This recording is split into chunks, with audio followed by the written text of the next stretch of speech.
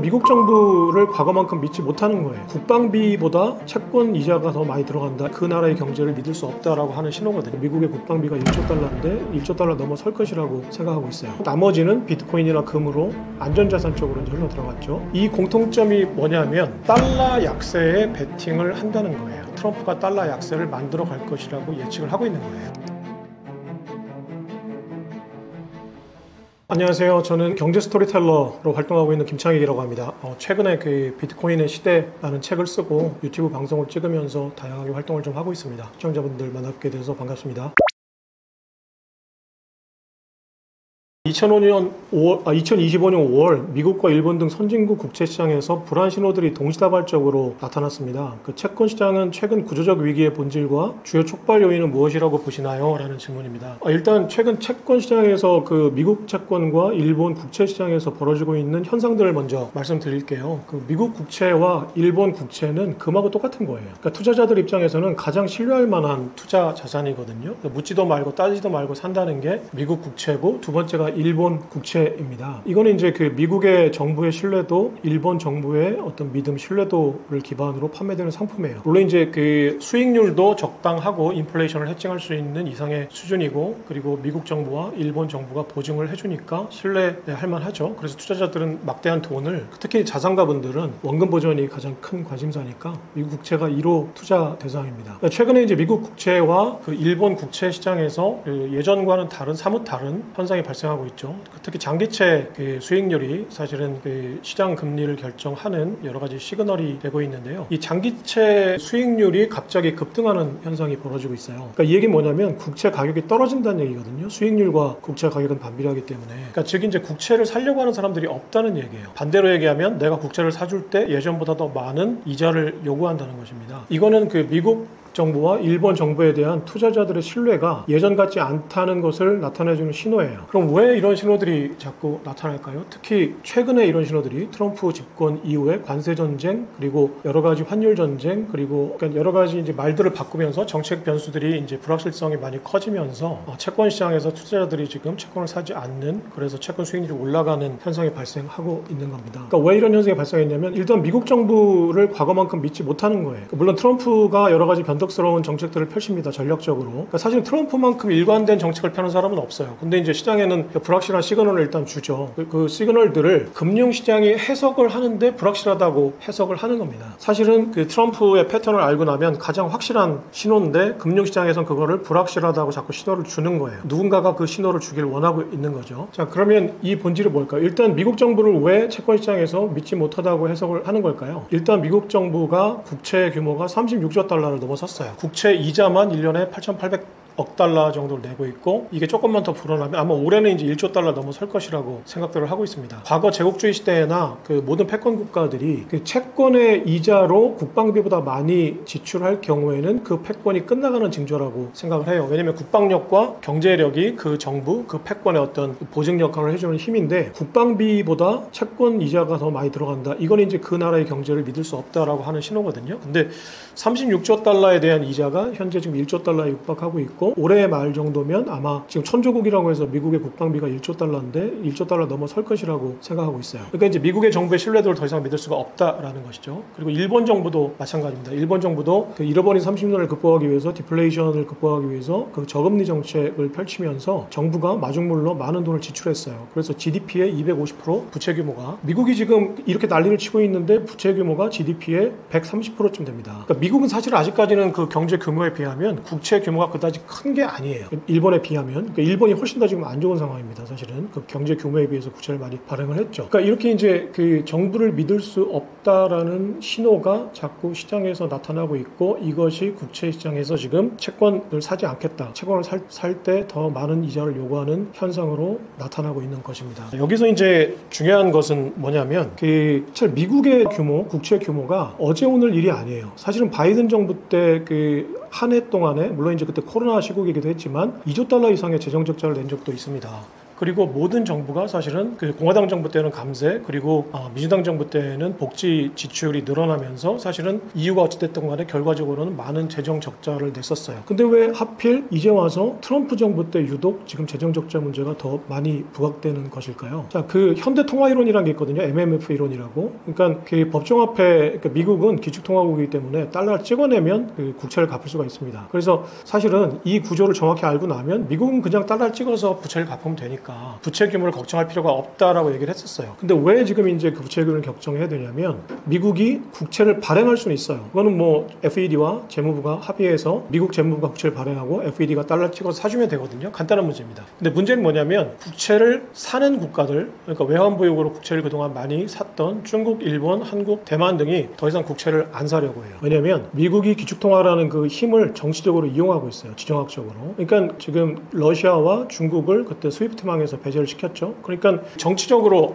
중립적이지 않은 화폐에는 신뢰도가 금이 가는 거거든요. 그러니까 신뢰를 받지 못하는 법정화폐는 법정화폐 이꼴 신뢰 화폐이기 때문에 신뢰받지 못하는 법정화폐는 화폐가 더 이상 아닌 거예요. 그냥 녹아내리는 거죠. 그래서 일단은 수요가 많이 줄었다라는 게 첫 번째 문제입니다. 근데 미국이 믿는 구석이 하나 있어요. 지금 감세안이 21일 날 트럼프 정부의 감세안이 특히 이제 법인세 감세라거나 이제 부자 감세안이 트럼프가 하원에 가서 난리를 치면서 통과시켜달라고 압박을 하는 바람에 그 우여곡절 끝에 감세안이 통과를 했습니다. 그러니까 많은 매체들이 분석을 한 결과 2030년까지 감세안으로 인해서 2.5조 달러, 2조 5천억 달러 정도의 추가적인 재정 적자가 날 것이라고 예측을 하고 있어요. 근데 트럼프 정부가 지금 믿는 구석이 뭐냐면 스테이블 코인이에요. 스테이블 코인이 19일 날 통과를 했습니다. 그 지니어스 법안이라고 스테이블 코인 법안이 통과를 했는데 핵심 내용이 뭐냐면 스테이블 코인 발행 업체들이 보증금으로 해당 금액에 발행한 금액만큼 미국 국채를 사서 단기 국채를 사서 보유를 해야 돼요. 그러니까 지금 현재 전체 스테이블 코인의 발행 규모가 2,500억 달러입니다. 그리고 공교롭게 2030년까지 스테이블 코인 시장이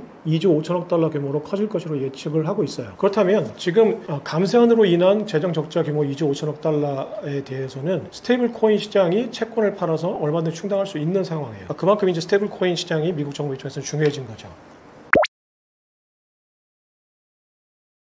최근 그 비트코인 유럽 등으로 자금 유입이 주목해야 될 핵심 신호 하나를 꼽자면, 자, 최근의 자금 흐름을 보겠습니다. 최근의 자금 흐름은 지금 미국 시장의 어떤 불확실성 때문에 미국 주식 시장, 자산 시장에서 30억 달러 트럼프 집권 이후에 30억 달러라는 자금이 빠져나왔어요. 일단 판 거죠. 그럼 이 30억 달러가 어디로 갔을까? 10억 달러는 EU의 자산 시장으로 흘러들어갔습니다. EU에 있는 ETF 시장으로 자금이 흘러들어갔고요. 10억 달러는 아시아 신흥 시장으로 흘러들어갔어요. 그리고 나머지는 비트코인이나 금으로 안전자산 쪽으로 이제 흘러 들어갔죠. 이 공통점이 뭐냐면 달러 약세에 베팅을 한다는 거예요. 그러니까 트럼프의 감세안, 그 다음에 관세 정책 등으로 미국이 신뢰도가 떨어지니까 채권 가격이 올라가고 달러 인덱스는 떨어지는 거죠. 그리고 이거는 사실은 트럼프가 원했던 방향이기도 해요. 트럼프는 제조업을 살리겠다는 목적으로 달러 약세를 지금 밀어붙이는 상황입니다. 관세 전쟁도 사실은 관세로 상대국 중국이나 한국, 대만을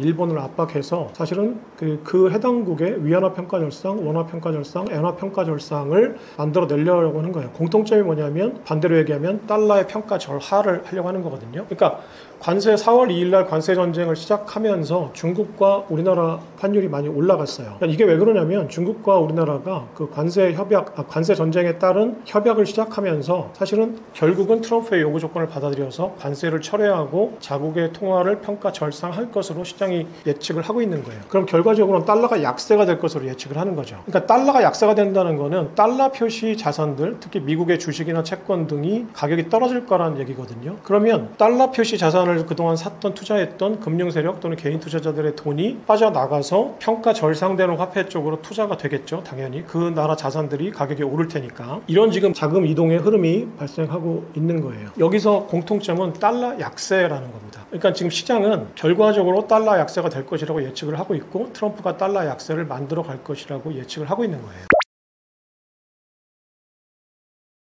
최근 그 비트코인 가격이 21일 날 달러 기준으로 코인베이스 기준으로 11만 불을 넘어섰어요. 그러니까 지난 그 트럼프 집권 이후에 비트코인 대통령을 자임하는 트럼프 집권 이후에 1월 달에 10만 9천 달러였다가 관세 전쟁으로 불확실성이 커지면서 위험자산, 당시만 해도 이제 위험자산이라고 인식이 됐던 그 비트코인에 대해서 자금이 급격하게 빠져나왔던 거죠. 최근에 스테이블 코인 법안이 통과되고 또 관세 전쟁으로 인해서 달러 약세 추세가 커지면서 미국 증시에서는 돈이 빠져나가고 있는데 반해 비트코인이나 금 쪽으로 돈이 몰리고 있습니다. 여기서 한 가지 주목해야 될 거는 1월 달만 해도 비트코인은 위험자산으로 내러티브가 형성돼 있었어요.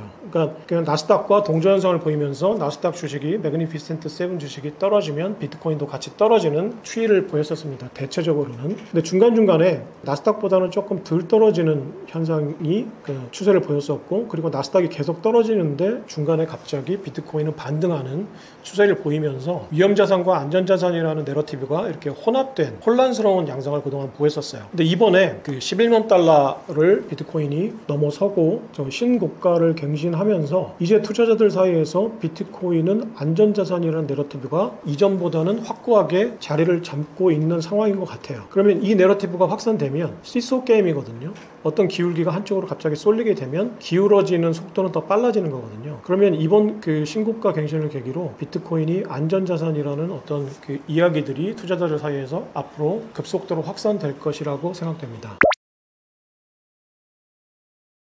워렌 버핏, 제이미 다이먼 등 월가 파워 엘리트들의 최근 발언과 실제 포트폴리오 변화에서 우리가 읽어야 될 가장 중요한 메시지는 무엇일까요? 최근처럼 이렇게 그 글로벌 머니 무브가 방향을 바꿀 때에는 그 자산시장, 금융시장의 어떤 키맨, 파워맨들이라고 할 수 있는 워렌 버핏, 버크셔 해서웨이, 오마이 현인이라고 하죠. 3,400조 원 정도의 현금을 가지고 있는 사람이고요. 정확한 액수는 제가 틀릴 수 있습니다. 그리고 제이미 다이먼이라고 하는 그 JP 모건 체이스 은행의 회장입니다. 그 JP 모건이죠. 그 JP 모건은 그 사실은 월가에서 중앙은행의 역할을 하고 있는 회사입니다. 그러니까 그 우리가 알고 있는 그냥 그 우리나라의 은행과는 성격이 달라요. 그러니까 지금 그 연준의 그 최대 주주이기도 하고 1930년, 1907년 때 미국 대공황 당시에 미국 재무부를 대신해서 구제금융을 그 민간 은행이 했었던 막강한 업체입니다. 이렇게 그 맨하튼 월가를 무대로 그 미국 금융시장, 자산시장을 조종할 수 있는 이 키맨들의 발언이 사실은 시장을 움직입니다. 자, 그 최근에 그 워렌 버핏이 뭐라고 했냐면 달러는 더 이상 무조건 강하지 않다라고 했어요. 이것은 무슨 얘기냐면 그동안 기축통화 달러는 미국의 정부라는 신뢰도, 미국의 군사력이라는 어떤 패권을 등에 업고 있기 때문에 무역적자, 재정적자에도 불구하고 기조적으로는 강세를 유지했었습니다. 이게 결국은 무역적자와 재정적자를 심화시키는 부메랑이 되기도 했어요. 근데 어쨌거나 투자 시장에서는 미국 자산의 전 세계적인 글로벌 자금이 쏠리는 어떤 그래비티라고 해야 되나 그 유인책이 됐었죠. 그래서 미국 자산 시장에 투자를 하는 것은 가장 안전하다고 생각을 했어요. 이런 워렌 버핏이 달러가 더 이상 무조건 강한 화폐가 아니다. 달러는 지옥으로 가는 그 급행열차의 티켓이다. 이런 식의 발언을 했습니다. 그리고 달러가 실제로 달러 약세가 벌어지고 미국 금융주 그리고 매그니피센트 7 미국 자산들이 다 급락을 했죠. 그리고 JP 모건의 제이미 다이먼 회장도 최근에 나와서 미국 주식시장이 아직까지는 상당히 고평가되어 있다라는 얘기를 했어요. 그러면서 이제 미국 나스닥, S&P 그 지수들 그리고 또 이 종목들이 무너지는데 결정적인 역할을 했죠. 그러면 이 사람들의 발언이 사실은 그 이후에 적중을 한 거예요. 그럼 이 사람들은 정확한 예측자일까요? 이게 상당히 중요한 대목이거든요. 그 사람들의 발언이 지나가고 나니까 적중을 하면서 그 투자자들은 이 사람들은 정확한 예측을 하고 분석을 통해서 정확한 예측을 하고 예측자 역할을 한다고 생각을 하죠. 이 사람들은 절대 예측자가 아닙니다. 이 사람들은 시장 조정자예요. 그러니까 그 JP 모건을 예로 들면 제이미 다이먼 회장은 얼마 전까지 유럽 ETF 시장의 담당 인력들을 20% 이상 충원을 했어요. 그리고 그 ETF, 그 유럽의 ETF 상품들을 대거 매입을 하기 시작했죠. 그리고 신흥국에 대한 투자도 늘렸습니다. 포트폴리오를 변화시켰던 거예요. 자, 신흥국과 EU 시장의 포트폴리오를 변화시키고 나서 후행적으로 얘기를 한 거예요. 미국의 증시는 아직 고평가돼 있다. 이 얘기가 뭐냐면 미국 시장에서 돈을 빼서 유럽 시장과 신흥시장으로 돈을 넣으란 얘기죠. 자, 그럼 누구한테 이득이 될까요? 이미 EU와 신흥국들의 자산을 대거 매입을 해놓고 미국에서 돈을 빼라는 신호를 준 겁니다. 그리고 워렌 버핏도 마찬가지예요. 그 워렌 버핏이 트럼프가 집권하면서 미국 시장, 자산시장이 폭락할 것을 물론 예측을 했어요. 이 사람들은. 예측도 이 사람들의 행동의 어떤 모티브가 되는 건 사실이죠. 자, 트럼프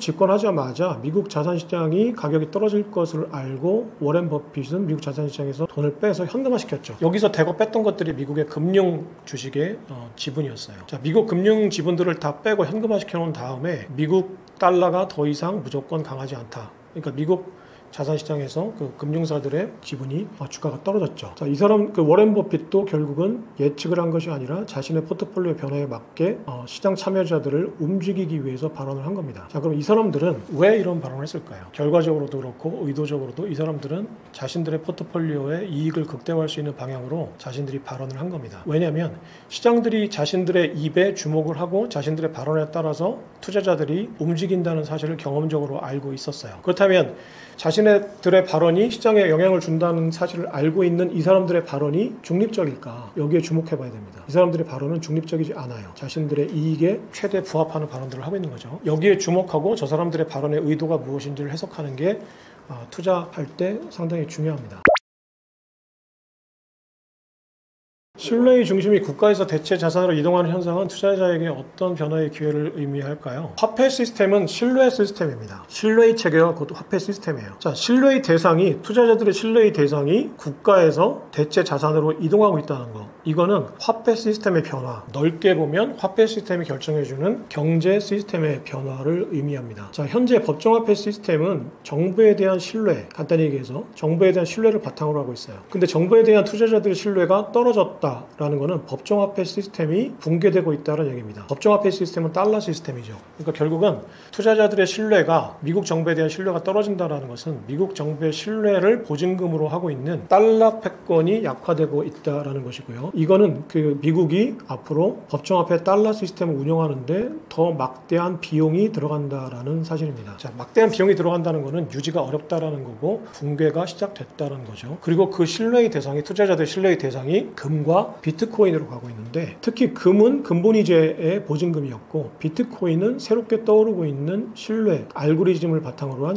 새로운 신뢰 체계죠. 머니무브가 금으로 가고 있다는 것은 화폐 시스템의 변화, 경제 시스템의 변화를 의미하는데 그 시스템이 정부의 신뢰, 법정화폐 시스템에서 알고리즘 화폐인 비트코인에 대한 신뢰, 즉 암호화폐에 대한 화폐 시스템으로 투자자들의 관점이, 시각이, 관심도가 바뀌고 있다는 사실입니다. 이거는 굉장히 중요한 포인트이고요. 투자자들의 입장에서는 화폐 시스템, 경제 시스템의 변화는 이 변곡점은 변화를 의미하고 그 부의 재분배를 의미합니다. 이거는 기득권층들에게는 더 큰 기회가 될 수도 있지만 부의 재분배는 기득권층들에게는 부의 어떤 손실의 어떤 위기가 될 수도 있고 반대로 저희 같은 중산층 개미 투자자들에게는 마찬가지로 위기이자 기회입니다. 이거를 기회로 살릴지 또는 새로운 위기가 될지는 각자의 판단과 준비, 학습 그리고 행동에 따라서 결정되는 거예요. 그러니까 여러분들이 어떤 행동을 하고 어떤 판단을 하느냐에 따라서 내가 지금 이 부의 재분배 상황에서 이익을 취할지 아니면 나는 더 가난해질지를 스스로 결정하는 겁니다.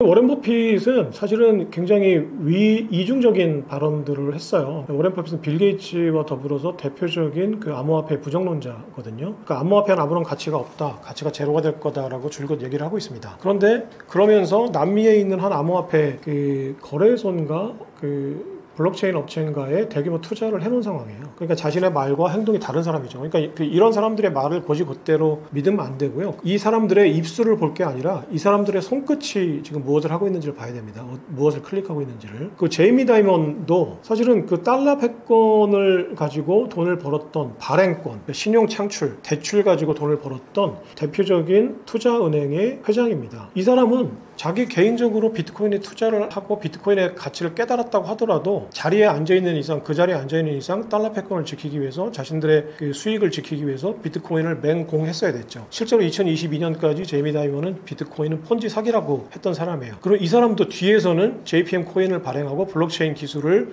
자체 코인을 발행하고 블록체인 기술을 자체 개발하고 그리고 블록체인 사업을 준비했던 사람입니다. 그리고 최근에는 투자자들에게 비트코인에 대한 직접 투자를 권유하기도 했어요. 그러니까 이거는 굉장히 큰 시그널이죠. 그러니까 달러 패권을 지키기 위해서 비트코인을 그동안 매도했던 사람이 입에서 비트코인을 사라는 얘기가 나왔습니다. 이거는 이제 노골적으로 비트코인으로 갈아타겠다라는 신호를 준 거죠. 그러니까 이 사람들은 자신의 입으로 돈의 흐름을 바꾸는 사람들이거든요. 자기가 무슨 말을 하면 돈의 흐름이 어떻게 바뀔지를 알아요. 그러니까 지금 돈의 흐름을 달러에서 달러 대출 상품, 그러니까 파생 상품들에서 비트코인, 암호화폐, 금 이쪽으로 돈의 흐름을 바꿔놓기를 원하고 있는 겁니다. 이 사람들이. 그럼 왜 원하고 있을까? 그쪽에 자신들의 수익이 창출될 거라고 보고 있는 거예요. 그러면은 막대한 준비를 할 거고 이 발언 뒤에 이 발언으로 돈을 벌 수 있는 시스템을 짜고 규제를 짤 거거든요. 그러니까 여기에 배팅을 하셔야 되는 거예요. 지금 투자자들이 많이 공부하는 것들이 사실은 경제 언론이나 그리고 시장을 공부할 때 종목에 대한 어떤 회계 분석, 재무제표 분석 이런 것들을 많이 공부해요. 그러니까 그런 것들이 투자하는데 필요 없다라고 할 수는 없어요. 자, 그 경제는 수급에 따라서 특히나 이제 민주주의 자본주의 시장에서는 완전 경제 시장을 물론 전제로 하지만 그런 시장이 사실은 어떤 이상적인 시장이긴 하지만 어쨌거나 방향성은 시장 수급 상황에 따라서 가격이 결정되고 그거에 따라서 내 투자가 수익을 내느냐 손해를 보느냐가 결정되죠. 그러니까 시장 수급 상황이 가장 중요하죠. 이걸 부정할 수는 없습니다. 우리가 시장 자본주의의 세상에서 투자를 하고 있는 이상, 살고 있는 이상, 또 경제 활동을 하고 있는 이상. 하지만 그게 다가 아니라는 거예요. 시장 수급 상황이 가격을 결정하는 것은 극히 일부입니다. 아니 100% 시장 수급 상황이 가격을 결정한다고 해요. 하지만 시장 수급 상황을 결정하는 것은 지정학적인 요인, 지경학적인 요인들이 복합적으로 작용을 하는 거예요. 여기서 가장 결정적인 것은 지정학적인 요인과 지경학적인 요인들을 복합해서 시장을 움직일 수 있는 파워맨들, 파워 세력이 있다는 거죠. 그것이 지금 제가 아까 얘기했던 워렌 버핏 그리고 JP모건 등등의 월가 투자은행들 그리고 그들과 공조해서 재정 정책을 펼치고 있는 미국의 재무부, 미국의 백악관 등이 있는 거예요. 그러니까 미국의 정부라는 패권 세력 그리고 미국 월가라는 금융시장에서의 패권 세력들이 자신들이 원하는 방향으로 개입을 해서 시장을 조종하고 그 시장 조정하는 여러 가지 기본 요소들이 합쳐져서 시장의 수급 상황을 결정하는 거예요. 그러니까 우리가 시장 수급 상황에 따라서 가격이 결정된다라는 것은 맞지만 시장 수급 상황이 우리의 의지대로 변하는 것이 아니라 사실은 우리가 알고 있지 못하는 이 윗단에서 거대한 어떤 힘과 어떤 요소들에 의해서 시장 수급 상황이 우리가 스스로 결정하고 있다고 착각을 하고 있는 거죠. 그러니까 이것들을 결정하는 조정자들, 이 조정자들이 현재 글로벌 자금의 흐름을 어떤 방향으로 끌고 가기를 원하는지를 예측하는 것이 거인의 어깨에 올라타서 투자에 성공하는 가장 빠르고 좋은 방법이라고 생각합니다. 그러니까 경제 공부를 하는 것도 중요한데 지경학, 지정학 등등 정치적인 요인, 이 흐름을 보는 거, 그러니까 패권자들이 현재 무엇을 원하는지 그 사람들의 마음을 읽어내는 능력, 그리고 그 사람들이 표면적으로 드러내는 어떤 의도들, 발언들, 행동들에서 어떤 흐름을 읽어내는 능력이 굉장히 중요한 시점이라고 생각됩니다. 무디스는 무엇이며 어떤 역할을 하는 기관인가요? 자, 무디스하고 스탠다드 앤 포어스하고 피치는 우리가 흔히 뭐 경제에 조금 관심 있는 사람이라면 많이 들어보셨을 거예요. 그러니까 세계 3대 신용평가 회사, 신평사라고 하죠. 자, 무디스라는 회사는 1909년 미국에서 존 무디라는 사람이 만든 신용평가 회사입니다. 세계 최초의 신용평가 회사예요. 헨리 바넌 푸어라는 사람이 1800년대 중반에 처음으로 채권 시장의 저 데이터를 정리해서 배포하는 그 데이터 정보 회사를 차렸었어요. 근데 이 회사는 그 재무제표, 매출 등등의 데이터들을 모아서 그냥 배포하는 회사였고요. 지금은 물론 스탠다드 앤 포어스도 신용평가 회사입니다. 무디스가 그 존 무디라는 사람이 세운 무디스가 세계 최초로 채권 발행하는 회사의 신용도를 등급화해서 서열화했어요. 굉장히 획기적인, 지금은 뭐 그 사람들이 채권 시장에 투자하거나 어떤 국가에 대한 신용도 여러 가지 이제 신용평가가 또 개인에 대한 신용평가, 내가 대출을 받을 때도 신용평가를 하죠. 신용평가가 일반화되어 있지만 당시만 해도 신용을 등급으로 매기는 거, 계량화하는 거는 굉장히 획기적인 사건이었어요. 그러니까 당시에 왜 무디가 신용평가 회사를 차렸냐? 1900년대 초반, 그러니까 1907년에 미국에서 1930년 대공황에 버금가는 공황이 있었습니다. 당시 미국은 그러니까 독립전쟁 이후에 급속도로 산업화되면서 철도, 석유, 그 다음에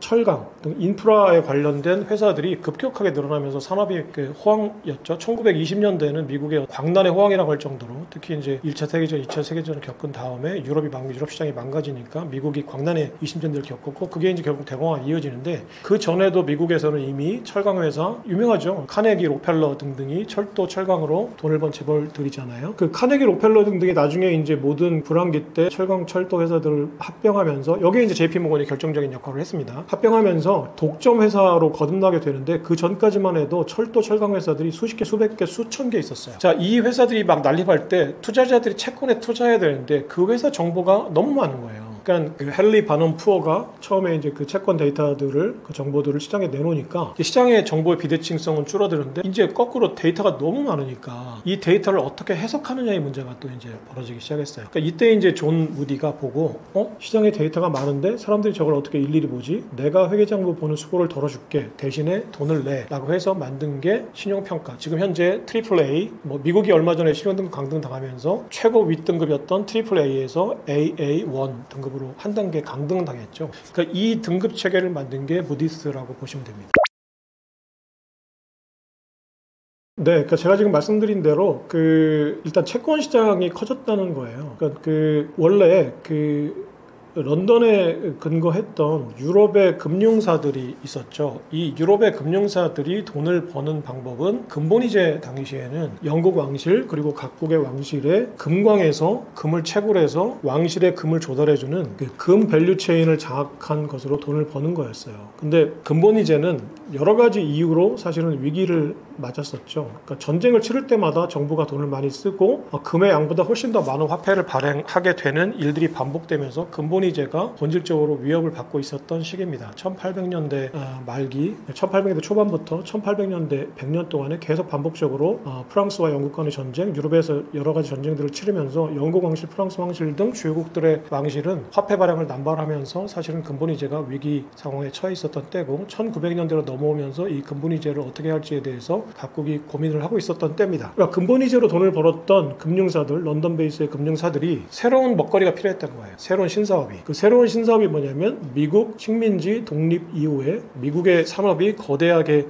시장이 열리니까 그 미국 시장에서의 그 기업들이 발행하는 채권을 장악해서 채권 시장을 장악해서 돈을 벌자는 거였어요. 그래서 로차일드 그 금융 가문이 JP 모건이나 그때 이제 쿤 로앱이라는 또 미국의 금융사가 있었는데 그 쿤 로앱이라는 회사 등등을 브릿지 징검다리로 해서 미국 채권 시장에 어마어마한 투자를 합니다. 그러면서 이제 미국 철도회사인 록펠러가 사실은 JP 모건을 통해서 로차일드의 자금으로 이제 독점적인 전 세계 철강 회사로 거듭나게 되죠. 독점 재벌이 되죠. 이때 채권 시장의 투자가 활발해지는데 채권을 발행하는 업체들도 그만큼 많았던 거죠. 아까 설명드린 대로. 그러니까 이 채권에 대한 정보가 필요했던 거예요. 개인 투자자들. 그러니까 금융사들은 자체 분석 시스템이 있고 이제 똑똑한 인력들이 있으니까 채권에 안전하게 투자를 할 수 있는데 개인들은 혼란스러운 거죠. 어떤 채권에 투자하는지 방향 어떤 등대가 필요했던 거죠. 그러니까 그럼 당시에는 역시나 이제 로차일드가 채권에 투자를 어떻게 하고 있는지를 보는 거예요. 로차일드가 사실은 돈을 벌었던 게 워털로 전쟁에서 영국의 승리를 먼저 네트워크를 통해서 알고 반대로 영국에서 채권을 내다 팔면서 시장에다가 자신들의 채권 투자를 주목하고 있던 투자자들에게 영국이 패배했다라는 어떤 거짓 정보를 흘리죠. 거짓 정보를 노골적으로 영국이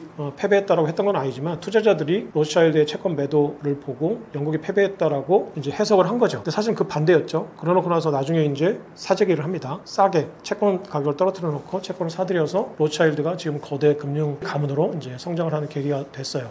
이게 결국은 정보와 그만큼 로스차일드의 채권 투자 동향에 그 투자자들이 관심을 기울이고 있다라는 얘기거든요. 그러니까 당시에는 로스차일드나 이제 그 기관 투자자들의 어떤 채권 투자 행동을 보고 개미 투자자들이 이제 행동을 따라했겠죠. 그러니까 이거를 이제 시스템화한 게 사실은 신용평가 기관 그리고 이제 정보 제공 업체들이었던 거예요.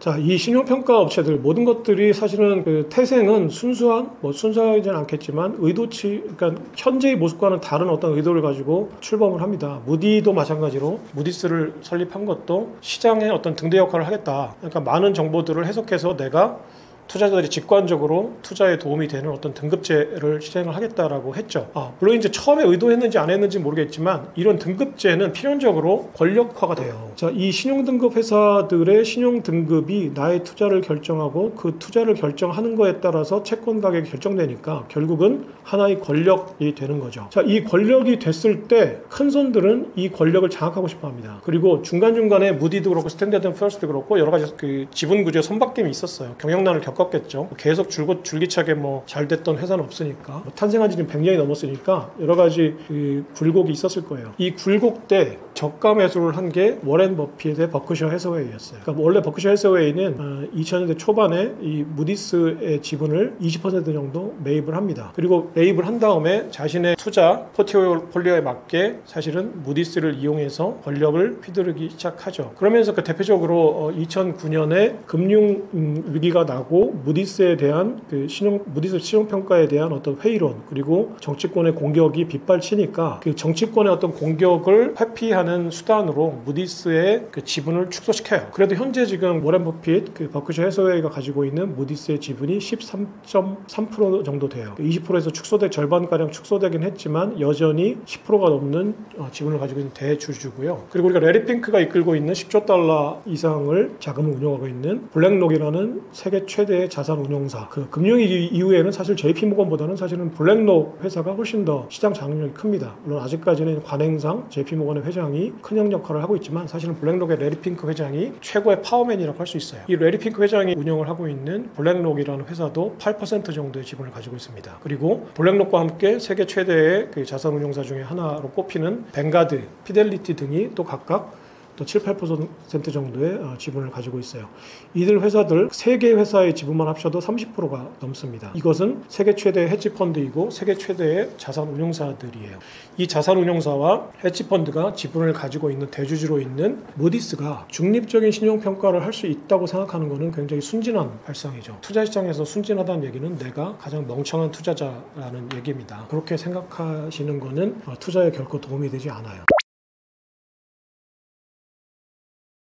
무디스의 신용평가가 부정확하다고 비판받는 주요 사례들, 제가 지금 말씀드렸듯이 신용평가 회사도 결국은 아이비리그나 미국에 있는 대학들 아니면 전 세계의 대학들을 나온 결국 인재들이 하는 거예요. 사람이 하는 거니까 사실은 그들이 어떤 마치 슈퍼맨의 어떤 초능력을 가지고 있다고 생각하시면 오산이죠. 대학 나오신 분들 다 알겠지만 대학 4년 동안 솔직히 무슨 공부를 얼마만큼 합니까? 물론 100년의 전통이 있기 때문에 여러 가지 시스템들이 이제 구조화돼 있겠죠. 그거를 누군가가 들어가서 신입사원으로 들어가서 거기서 배워서 신용평가를 하는 거예요. 회계감사라든지 변호사라든지 여러 가지 전문직들에 종사하고 있는 분들을 만나봤지만 사실은 모든 전문 직업이라는 게 슈퍼맨이 아니에요. 사람이니까 실수를 하고 자기가 경험하지 않았던 업무를 맡으면 모릅니다, 사실. 그러니까 많은 실수들을 해요. 무디스의 신평사에서 일하고 있는 사람들도 물론 고액 연봉을 받고 비교적 똑똑한 인재들이 몰려들어 있지만 이들도 인간이고 실수를 합니다. 특히 의도치 않은 실수도 물론 있겠지만 이들은 아까 얘기했듯이 미국에 있는 금융사, 금융패권을 가지고 있는 자본들이 대주주인 회사예요. 의도한 실수도 분명히 있겠죠. 의도된, 설계된 실수도 물론 있을 겁니다. 자, 그럼 설계된 실수라고 단언할 수는 없지만 여러 가지 실수들을 한번 나열을 해볼게요.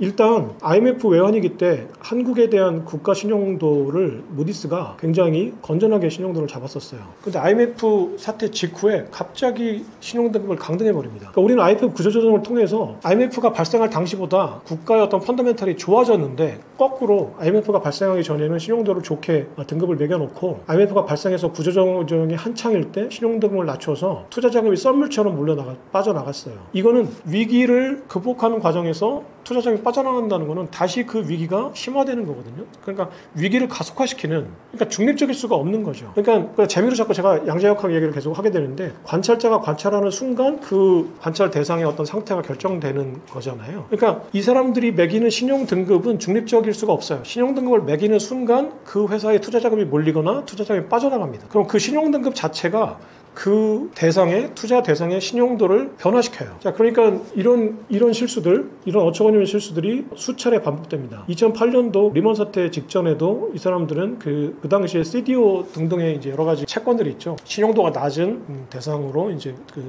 담보 대출을 해줬던 채권들이 있었어요. 여러 가지 채권들이. 그러니까 채권들을 모아서 또 하나의 어떤 패키지 채권을 만들고 했었는데 이런 채권들이 자꾸 파생돼서 연쇄적으로 이제 부실 채권을 만들어 놨던 건데 이 부실 채권에 대해서 건전한 등급을 매겨놨어요.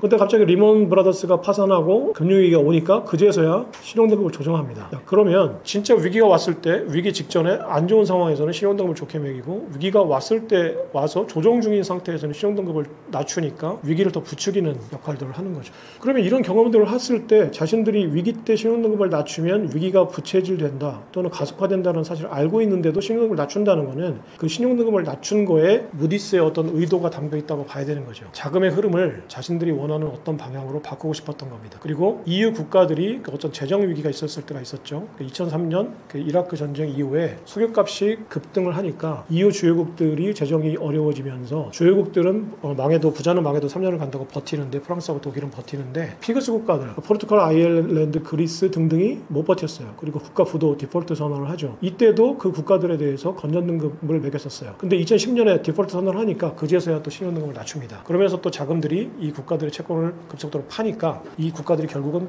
이제 부도 디폴트 선언을 하죠. 국가가 특히나 그것도 유럽 선진국의 국가가 부도 선언을 하는 것은 역사상 유례 없는 일입니다. 이것들을 이제 신용평가 기관들이 만들었던 거죠. 그리고 그것들이 이제 결국 브레튼 우드 체제 이후에 어떤 국제 자본의 흐름이 자유로워지는 이 흐름과 연관이 되는 거죠. 결국은 금융 세력들이 자본의 흐름을 자신들의 어떤 이익에 부합하도록 설계를 하고 그 설계가 자신들의 이익에 실제로 부합하도록 어떤 펌프질들을 하는데 무디스나 IMF, WTO 등등의 어떤 기구들 이런 기구들이 알게 모르게 또는 의도했던 의도치 않았건 그런 역할들을 하고 있는 거죠.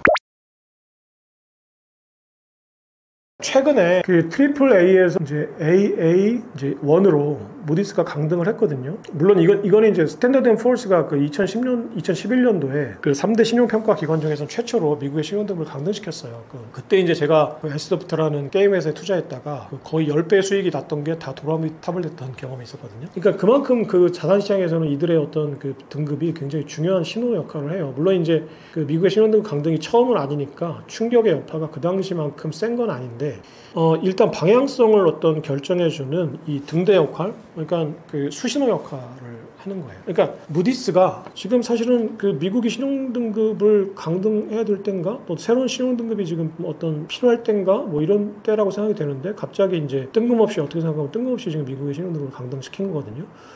그러니까 이게 무슨 얘기냐면 무디스가 어떤 이유에선가 만약에 아까 얘기한 대로 무디스의 뒤에 있는 그 자산운용사들 그리고 이제 그 헤지펀드들이 무엇인가를 의도했다라고 이제 전제를 한다면 그건 누구도 모르는 거지만 그렇게 전제를 하고 나서 거꾸로 해석을 한다면 그럼 그 의도가 무엇일까라는 거죠. 그럼 그 의도가 무엇일까를 추론하는 첫 번째 바로미터는 그러면 미국의 신용등급이 불러온 가장 큰 변화, 현재 자산시장에서의 가장 큰 변화가 뭐냐를 보는 거죠. 그건 뭐냐면 채권 자경단이 움직이기 시작했다는 거예요. 그러니까 채권의 채권 이자율이 급등을 했다는 겁니다. 그러니까 미국 채권 시장에서 채권 이자율이 급등했다는 거는 미국 자산시장에서 돈이 썰물처럼 빠져나갈 거라는 얘기거든요. 그러니까 그게 이제 아까 설명했듯이 IMF라든지 그 리먼 사태라든지 그 그리스 디폴트 사태라든지 여러 가지 사태 때 봤잖아요. 그 신용등 강등되면 그 나라 국가에 들어왔던 투자 자금들이 빠져나가요. 그러니까 이번에 트리플 A에서 이제 AA1으로 강등 당하자마자 여러 가지 일사불란하게 자금들이 움직입니다. 그러니까 나스닥하고 스탠더드 앤 포어스 증시 지수들이 다 급락을 했었고, 그리고 채권 시장에서 갑자기 장기물 국채 금리가 5%를 웃돌아요. 그리고 달러 인덱스가 갑자기 급락을 하죠. 그러니까 이게 다 사실은 같은 맥락이거든요. 달러 약세, 수익률, 국채 수익률 상승, 뭐 여러 가지가 이제 다 맞물려서 돌아가는 사실은 동의어예요. 자, 그러면 결과적으로 봤을 때 무디스의 신용등급 강등이 무엇을 의도했는지는 우리가 명시적으로 알 수는 없지만 지금 현재 벌어지고 있는 현상을 보면 이 현상이 무디스가 의도했다라고 해석할 수 있죠. 결국은 국채 수익률 상승, 달러 약세, 그리고 미국 자산시장에서의 자금 이탈, 이걸 원한 거죠. 그렇게 볼 수 있죠. 해석할 수 있죠. 그렇다면 이것으로 이득을 보는 세력은 어떤 이득을 볼까요? 자, 미국에서 빠져나간 자금이 아까 얘기했듯이 EU의 유럽의 ETF 시장으로 흘러들어가고 중국, 일본, 대만, 홍콩 등등 아시아 신흥국들의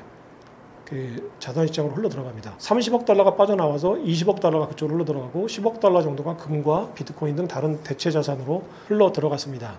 그러면은 이들은 이 현상이 지금 이 현상을 만들 수 있는 조정자들의 이익에 부합한다라고 가정을 하면 지금 현재 이 자금의 이동, 미국 시장에서 유럽과 신흥국 그리고 비트코인이라는 대체 자산으로 자금이 이동하는 것이 이 조정자들의 이익에 부합한다라고 추론할 수 있죠. 그러면 이 이익이, 이 자금의 흐름이 왜 이들의 이익에 부합할까? 이들은 유럽의 ETF 자산, 그리고 신흥국들의 금융 자산, 그리고 비트코인, 그리고 금 등등의 자산을 선점하고 있다라고 추론할 수 있죠. 그리고 실제로 확인을 해보면 JP 모건이나 그리고 워렌 버핏 등은 자산 포트폴리오를 트럼프 집권과 함께 지난 5개월 동안 재조정을 해놨던 거죠. 네, 무디스의 평가 방식이 구조적 이해 충돌을 일으킬 가능성이 있다는 지적에 대해서 무디스의 평가 방식이 되게 웃깁니다. 내가 미국 채권에 투자하고 싶어요. 그럼 내가 무디스에 가서 자, 미국의 국가 신용 등급을 알려주세요라고 내가 필요한 정보를 내 돈 내고 사는 게 아닙니다. 내가 삼성전자 회사채에 투자를 하고 싶으면 내가 투자하고 싶은 회사의 신용등급을 알려주세요라고 돈을 내고 신용등급을 사보는 게 아니에요. 그 평가 대상이 되는 삼성전자가 그리고 평가 대상이 되는 미국이 우리의 신용등급을 평가해 주세요라고 무디스에 돈을 내고 의뢰를 합니다. 자, 그럼 고객의 신용도를 평가를 하는 거예요. 자, 그럼 내가 국민은행에 가서 내가 대출 받고 싶으니 신용도를 평가해 주세요. 그러면 대출을 많이 해줄수록 이득이 날 때에는 신용도를 좋게 평가를 하겠죠. 가능하면 신용도를 좋게 평가해서 대출을 많이 해주려고 할 거예요. 근데 부실 대출 문제가 갑자기 정치적인 문제가 되고 국회와 정부에서 앞으로 은행들의 대출을 감시할 거야 라고 하면 대출을 꼼꼼하게 보겠죠. 왜냐하면 대출을 해서 이득을 보는 것보다 정부의 규제로 인해서 벌금을 내는 게 더 클 테니까요. 자, 그럼 자신들의 이익에 맞게 신용등급을 편집할 수 있겠죠. 그런 유혹을 받겠죠. 그리고 사람이 하는 일이니까. 자, 그러면은 내가 무디스에 예를 들어서 하버드 비즈니스 스쿨 나와서 무디스에 신용평가 등급을 매기는 일을 하는 어떤 신입사원으로 들어갔어요. 자, 신입사원이니까 교과서대로 이제 평가를 하겠죠. 평가를 해서 예를 들어서 코카콜라 회사의 어떤 신용등급을 내가 평가를 해서 위에 결제를 맡습니다. 그럼 그 결제를 맡는 사람은 자신의 무디스라는 회사에 이익이 되는 게 어떤 방향인지를 이제 간부회의에서 들어서 알고 있죠. 근데 이 녀석이 코카콜라의 신용등급을 좋게 평가해야 자신들이 지금 그 채권 발행의 어떤 주관사 역할을 하고 있는데 수수료를 많이 받을 텐데 갑자기 지금 기상이변으로 갑자기 추운 날이 늘어나면서 갑자기 코카콜라가 안 팔리니까 얘가 신용등급을 낮췄어요. 자, 그러면은 이 간부들은 회사 이익을 극대화시켜서 어떤 결정을 할까요? 그걸 그대로 사인을 해줄까요? 그게 아니죠. 자, 코카콜라는 겨울에도 마십니다. 그리고 스키장에서도 마십니다. 에어컨 밑에서도 마십니다. 라고 얘기를 하겠죠. 그래서 코카콜라는 추울 때도 마시기 때문에 사실은 날씨하고는 상관이 없습니다. 라고 얘기를 할 거예요. 그래서 채권 등급을 다시 재조정하라고 얘기를 할 겁니다. 자, 사실은 그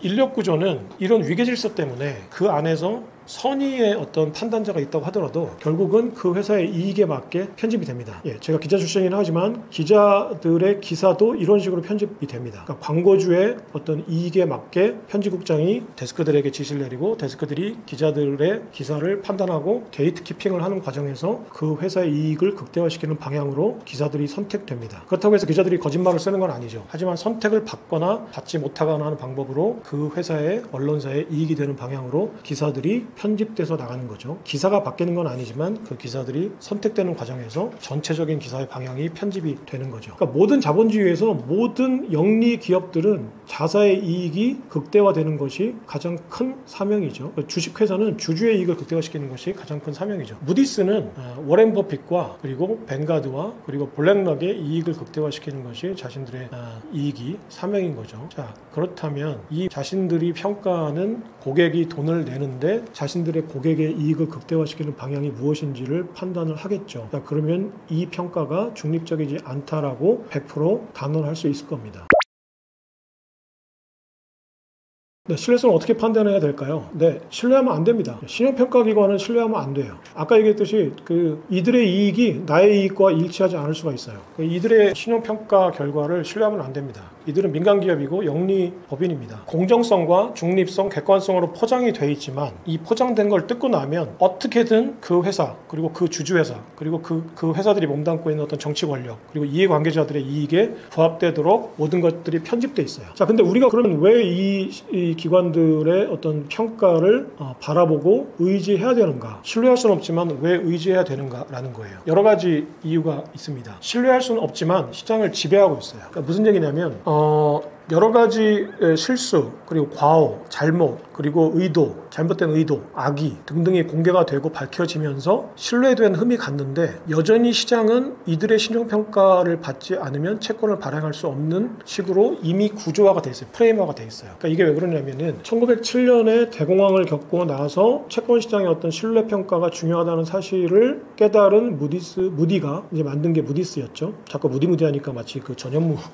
그게 자꾸 생각이 나는데 어쨌거나 무디가 그 신용평가를 만들고 나서 대공황이 한 번 더 와요.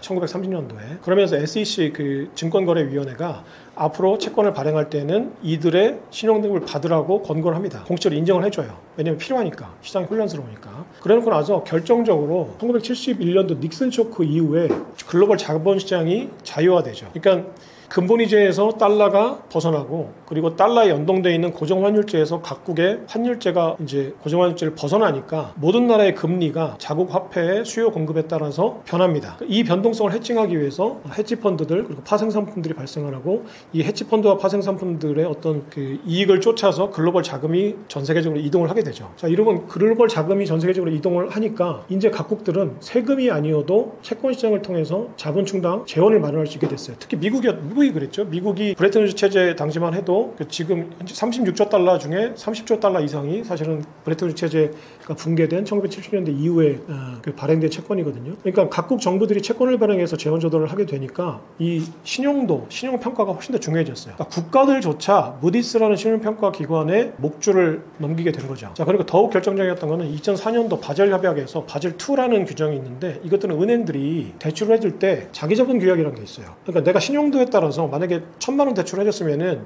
100만 원 정도는 자기자본으로 가지고 있어야 나중에 이제 그 뱅크런이 발생하지 않으니까 이 자기자본 규약이 있거든요. 이게 신용 등급에 따라서 자기자본이 달라져요. 그러니까 신용도가 나쁜 사람은 1,000만 원을 대출해줬을 때 100만 원, 만약에 신용도가 좋은 사람은 100만 원을 자기자본으로 은행이 갖고 있어야 된다라고 하면 신용도가 나쁜 사람은 300만 원을 자기자본으로 갖고 있어야 대출이 가능해지게끔 법이 바뀌었어요.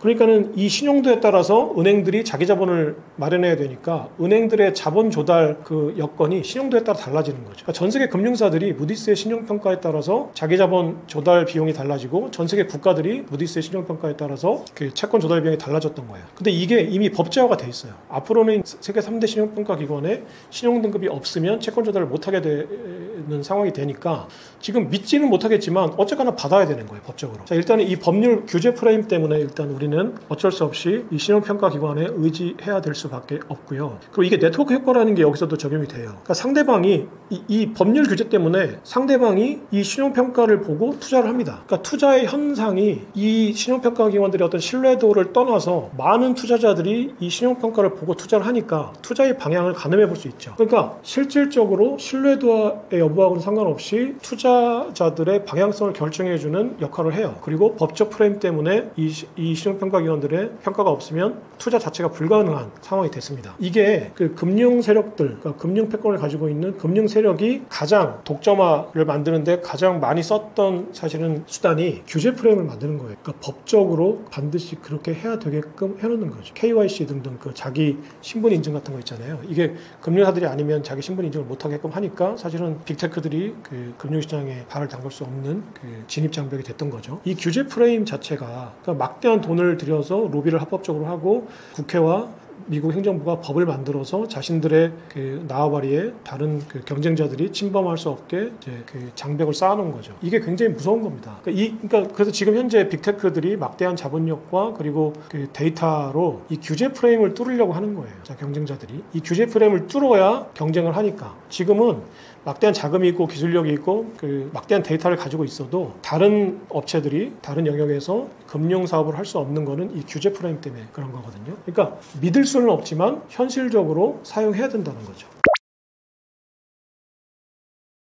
오늘 여러 가지 질문을 통해서 반복적으로 하고 싶었던 얘기는 뭐냐면요. 투자를 하시는 분들이 우리가 교과서나 책에서 그리고 선한 사람들의 어떤 그 마인드로 시장을 바라보시면 안 된다는 거예요. 그러니까 우리의 시장을 그 움직이는 힘은 선하지 않아요. 그리고 이 힘은 우리가 보이지 않는 곳에서 자신들의 이익을 극대화시키는 방법, 우리의 입장에서 보면 악의적인 방법으로 시장을 조정합니다. 그런데 우리가 학교에서 배운 대로 내 친구들한테 들은 대로 또는 부모님한테 들은 대로 교과서에 나온 대로 어떤 선의 그리고 순진한 발상 그리고 겉으로 드러나 있는 팩트의 조각들로 투자를 하는 건 굉장히 위험하다는 거예요. 자, 그러면 이들은 자신들의 악의 그리고 의도 그리고 이런 조정하는 움직임들을 들키고 싶지 않겠죠. 당연히 이건 비밀이겠죠. 그러니까 우리는 그거를 명시적으로 알 수 없어요. 하지만 그것이 없다고 할 수 없는 거예요. 드러나 있는 팩트들만 가지고 우리가 팩트를 가지고 투자를 해야 되는 건 맞지만 팩트만으로 투자하는 건 위험합니다. 선의만 가지고 투자하는 건 위험해요. 그러니까 우리가 그들에게 기부금을 내고 있는 거예요. 만약에 우리가 그렇게 투자를 한다는 거는. 그러니까 그 어떤 확실한 팩트가 없다고 하더라도 그들의 의도를 추론을 통해서 읽는 거 이런 능력이 굉장히 중요해요. 그러니까 내가 얻을 수 있는 정보들을 연결하는 거 그리고 그 정보들의 행간에 숨어 있는 그 행간을 읽어내는 능력 이것들이 굉장히 중요합니다. 그러니까 정보기관들의 생존 매뉴얼에 이런 것들이 있다고 합니다. 그 덤불 속에 호랑이 이론이라는 게 있어요. 그 덤불이 바스락거릴 때에는 그것이 호랑이라는 근거가 없더라도 일단 호랑이라고 판단을 하고 전략을 짜는 게 생존에 유리하다는 거죠. 자, 이게 무슨 얘기냐면 내가 바스락 소리가 호랑이라고 일단 판단을 하고 전략을 짜면 일단 내가 방아쇠를 장전하거나 아니면 총을 장전하거나 아니면 도망을 가겠죠.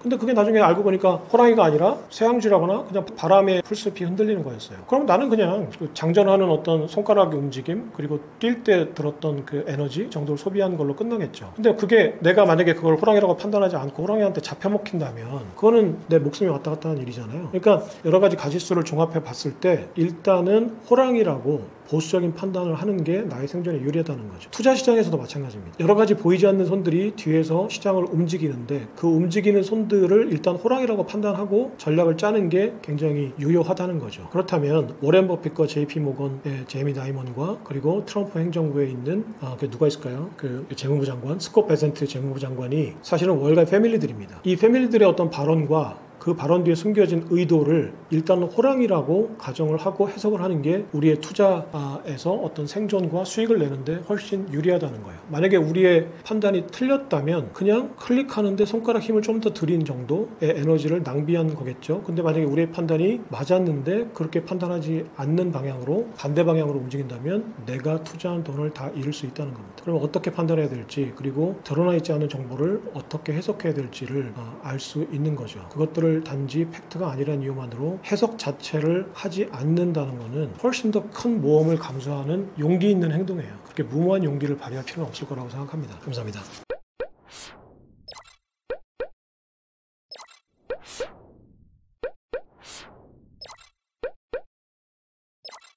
you